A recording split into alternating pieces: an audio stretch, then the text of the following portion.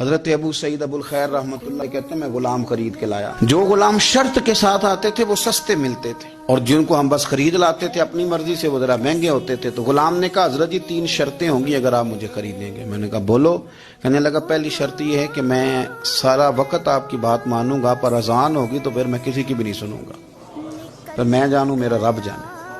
میں نے کہا قبول ہے. کہنے لگا دوسری شرط یہ ہے کہ دن کے وقت بات مانوں گا، رات کو نہیں مانوں گا. میں نے کہا یہ آرام کرنے کا عادی ہوگا، نیند زیادہ آتی ہوگی، بعض لوگ زیادہ سوتے ہیں. میں نے کہا ٹھیک ہے. اس نے تیسری شرط یہ کہی کہ بہت سارے جگہوں پہ لوگوں کے زیادہ غلام ہوتے ہیں تو ایک کمرے میں 5-5 6 لوگ رہتے ہیں. میں کمرہ علیحدہ لوں گا اکیلا، ٹوٹا پھوٹا دے دیں، پرانا دے دیں، کسی حویلی کے پچھواڑے دے دیں، پر کمرہ میں الگ لوں گا.